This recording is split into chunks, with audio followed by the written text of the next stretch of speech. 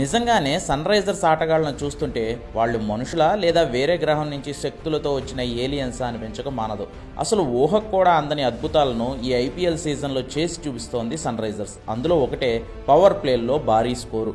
IPL 2008లో ప్రారంభమైన తర్వాత ఇప్పటి వరకు పవర్ ప్లేల్లో అత్యధిక స్కోర్లు అంటే అందరికీ గుర్తొచ్చేవి 2 మ్యాచ్లే. ఒకటి 2017లో కోల్కతా కొట్టిన 6 ఓవర్లలో 105 పరుగులు, రెండోది 2014లో సిఎస్కే కొట్టిన 6 ఓవర్లో 100 పరుగులు.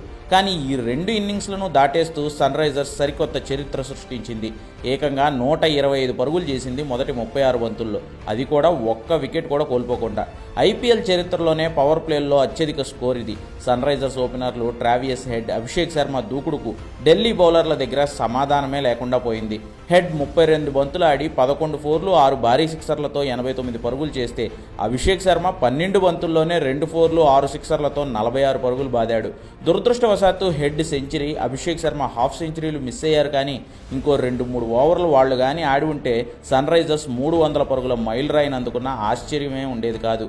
ఆ స్థాయిలో రెచ్చిపోయారు హెడ్ అండ్ అభిషేక్ శర్మ.